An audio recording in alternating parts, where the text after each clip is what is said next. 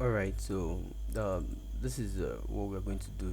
So it's going to be one of the important aspect of this particular course that we've been taking. Where is it? Where is the slide again? Okay. All right, so we are going to be talking about file systems and permission now, and then I think the next one is users and groups. So I'm just going to pack everything together and take the two topic together in a single course in a single video like that. Let's just go ahead and dive right in. So let me open this guy, and also I need my terminal. Okay. All right, so in Linux there is three things to put our focus on. We have the users, the user like that. Then we have the group, so there is a group of users, just and also we have something called others.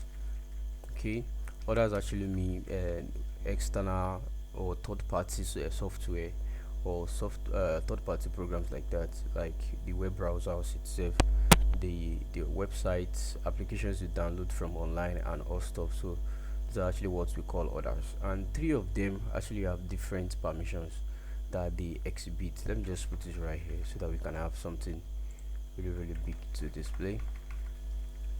So I say we have users, we have groups, you can call it groups or something, then we have others. So all right, I think that was big enough. So user specifically, okay, there is no such command. User specifically, you are actually the one, like for example, if I type who am I, sorry, that's not who am I, who am I. So who am I is Gabriel, and the groups I belongs to and also others like that. These three things is what we are going to focus on right now in this video. Then we are going to move to the next one. Let me just go ahead and dive right in. So there is a password, there is a file that actually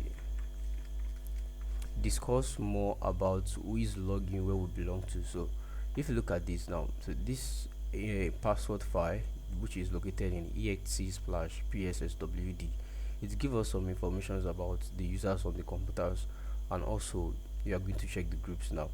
So this is the first user is root, and as you can see, it has all these user ID informations, and also it has this group it belongs to, so it belongs to the group of roots like that. And also it has permission to execute bash, so slash bin slash bash, or let me say that is actually the program that this user is using.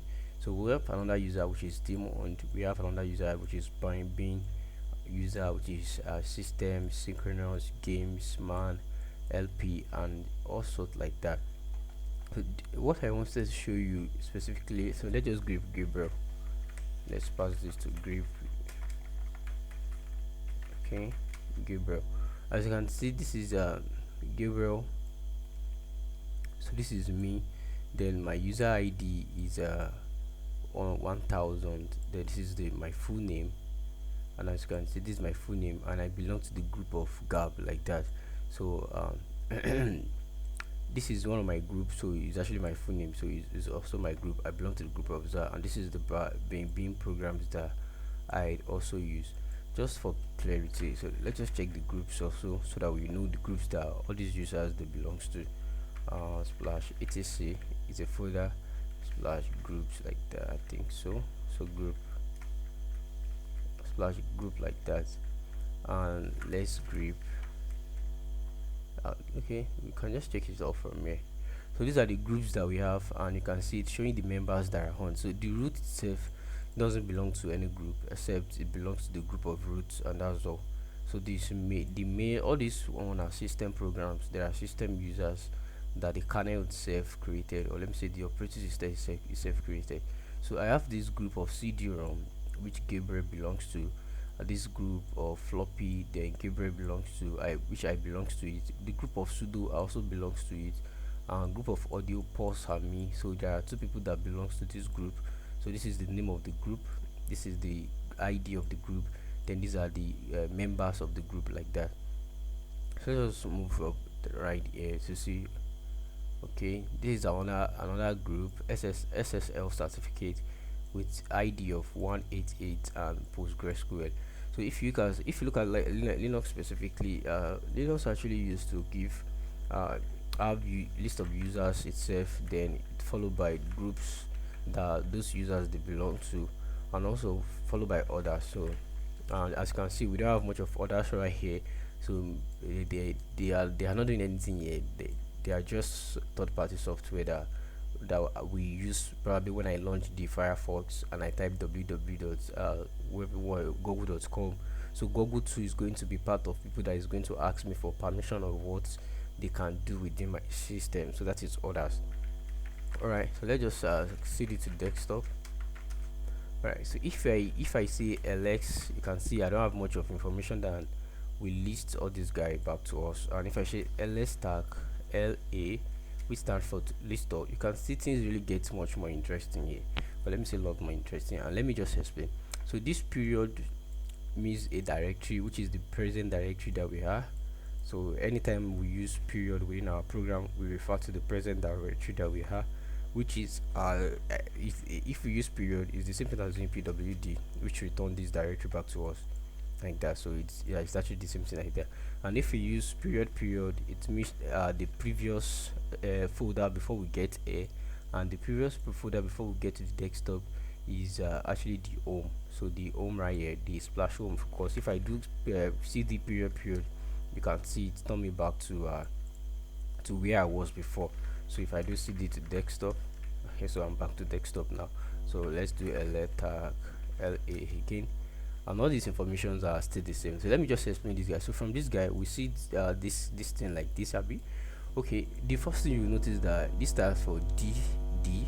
So dd indicates that the this present what's it called, where we have presently is a directory. So this is how we are having d, and also the previous directory before we get there is also a directory.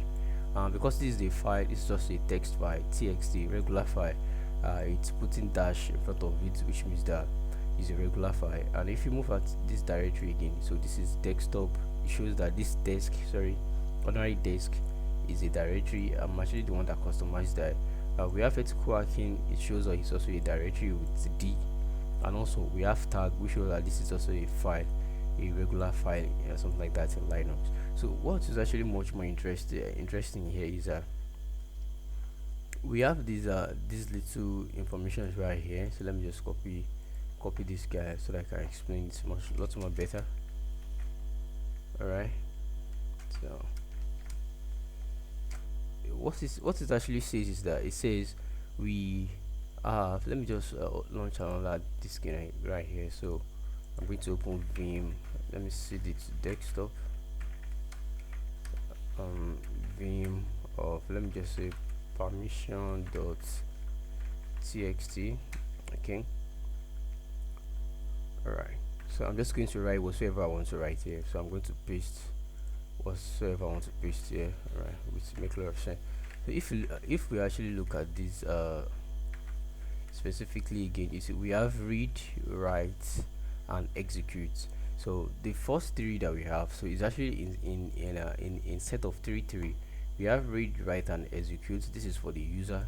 We have read tag x, this is for the group, and we have read tag x again, which is for the others, which means that on this particular folder, or let me say dots, or I can also use this command.txt. It shows that we ourselves, we as a user that we own this file, we have the permission of read, write, and we don't have the permission for execute, and that is what the dash mean.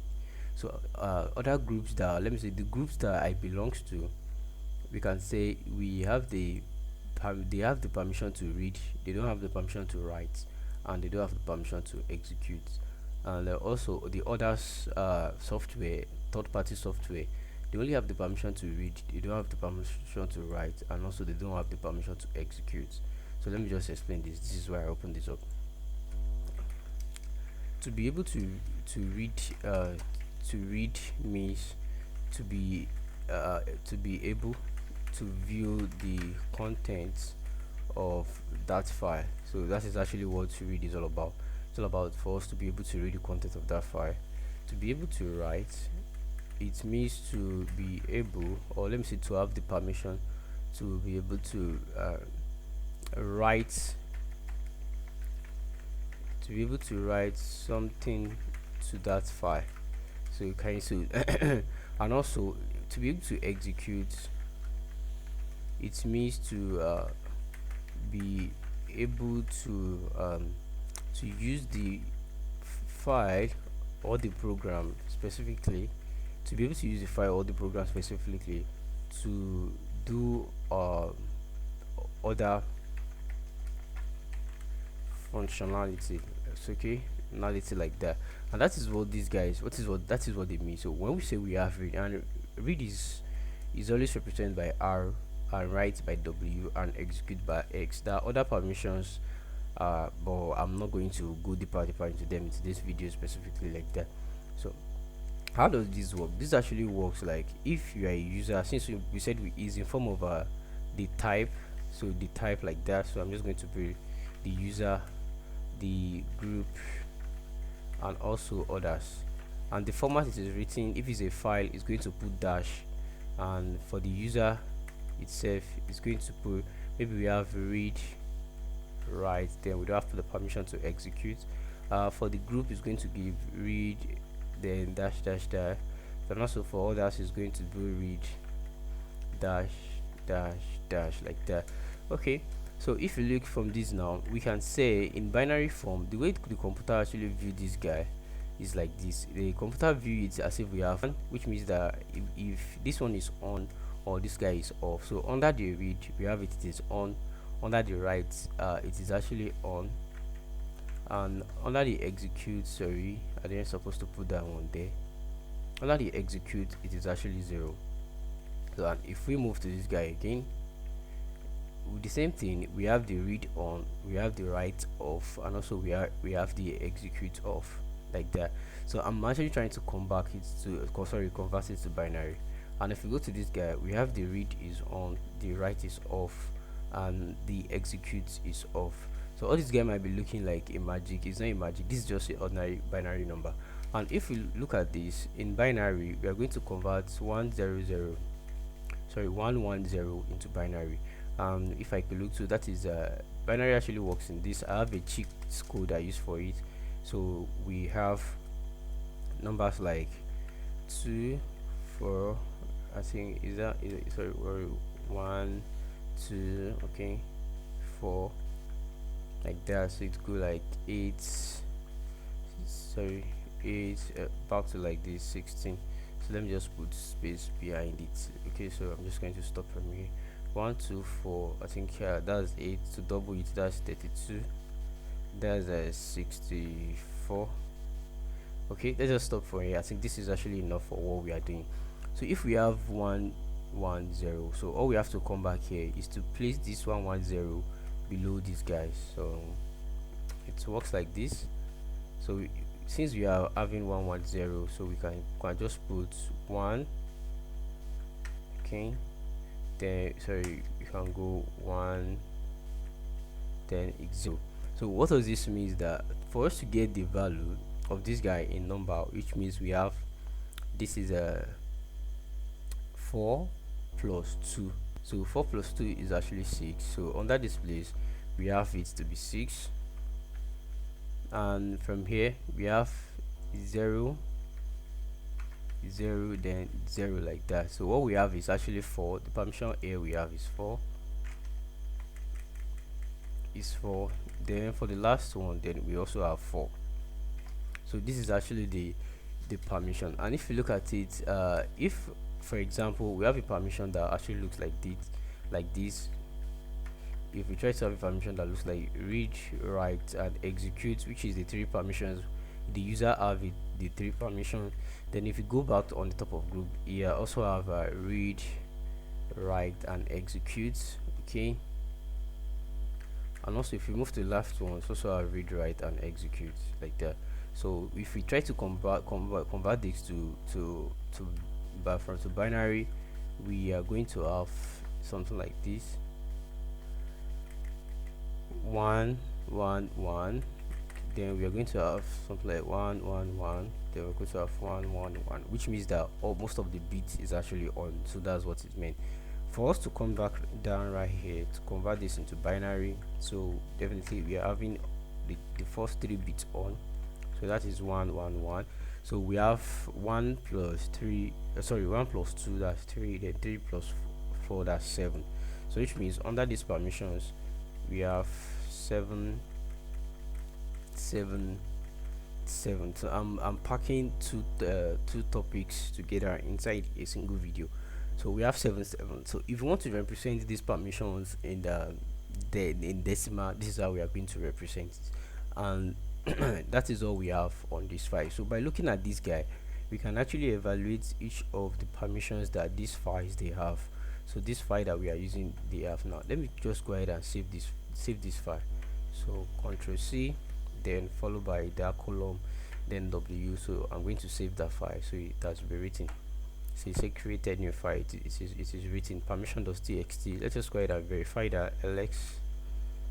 Right, so we have the file right here, permissions.txt. If you try to ls tag la on permission.txt, you can see we have this read, write, read and all stuff like that. And it said the owner of the file is Gabriel, and the group it belongs to is also Gabriel, and it is created on April 12th. And this time I think my date is wrong. Alright, my date is actually wrong. That is why it's bringing this is bringing up this time and date for us. So I'm going to change it in a second, so like that. So we have read, write and execute. So we have the permission we have as a user here. So remember that this dash sign, it means that it's a regular file. Also, so we have the permission of read, write, and we don't have the permission to execute. For the groups it belongs to, they have the permission to read, they don't have the permission to write, and also they don't have the permission to execute. For other software, third software party, they have the permission to read, they don't have the permission to write, and they don't have the permission to execute. So one thing I wanted to focus on that each time you look at this side, so just remember this format. So all you have to just do is first is the first column that actually appears, it tells us the type of file that we are dealing with, and it says dash means is a regular file. If it is a directory, it's going to be D. So D is going to be placed in the directory, and the rest of this guy, these are our permissions. So the first 3, 1 2 3 belongs to user, the second 3, 1 2 3 belong to groups, the third 3 belongs to 1 2 3, it belongs to others. So that is, this one are also so essential. So let me just manipulate. We can also change this permission. So I'm going to change the permission on this I'm going to change the permission on this file. Then we are going to see that we will not be able to edit this file. We are not going to be able to add something into it anymore. Alright, so to change it, we just say change mode. So now if we evaluate it, we actually evaluated this permission before, which means that we have 644. That's the meaning of read, write, read alone. So the user have read and write permission, it doesn't have execute permission. The group have only read, they don't have the write and the executable for permission, and the others also have that. So it's represented by 644. So if I want to put this down, probably I want the users to have the same permission as the group and the others they have. So this is the command. I'm going to execute change mode, then we are going to change it into 7 equal to 444.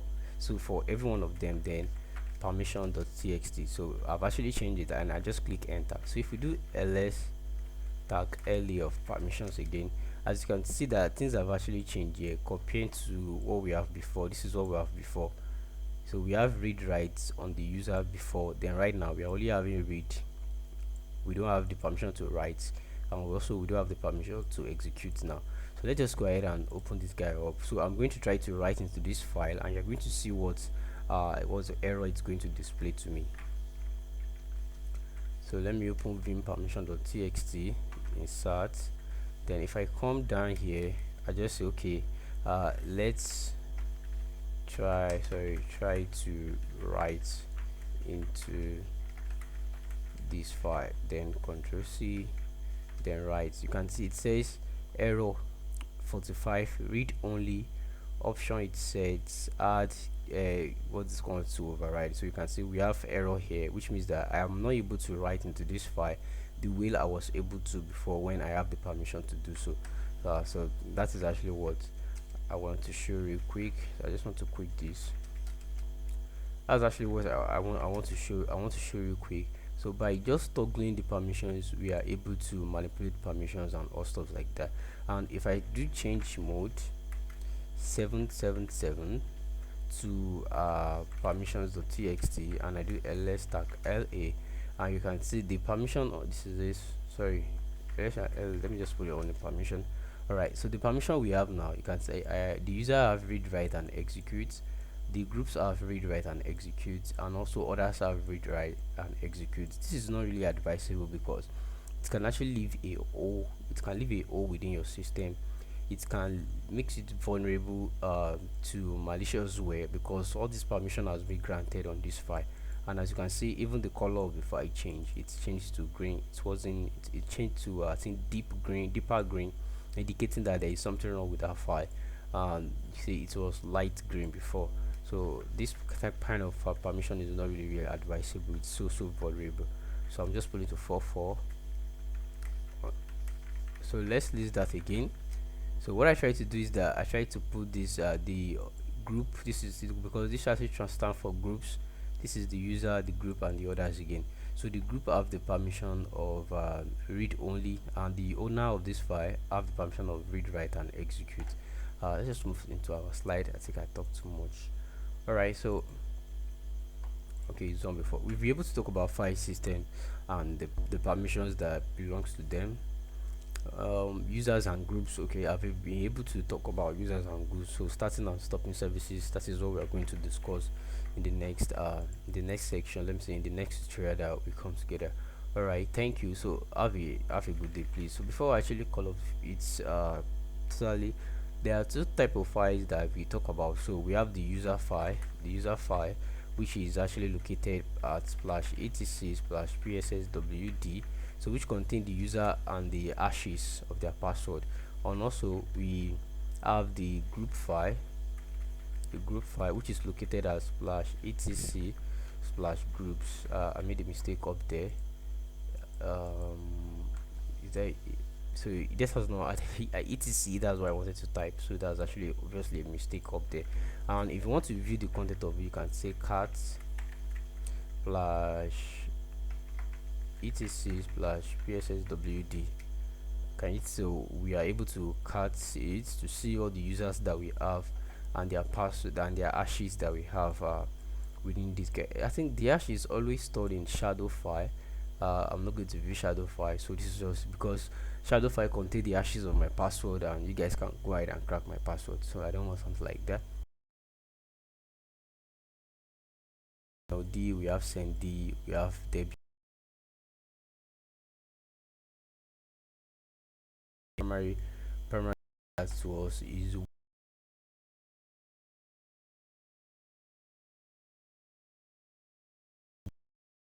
the name, the full, the groups it's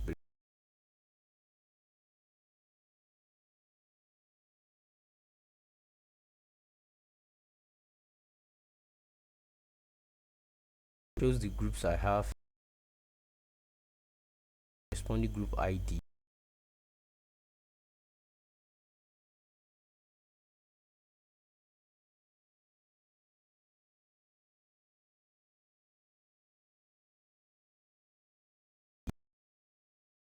same D below. Wow, see you in the next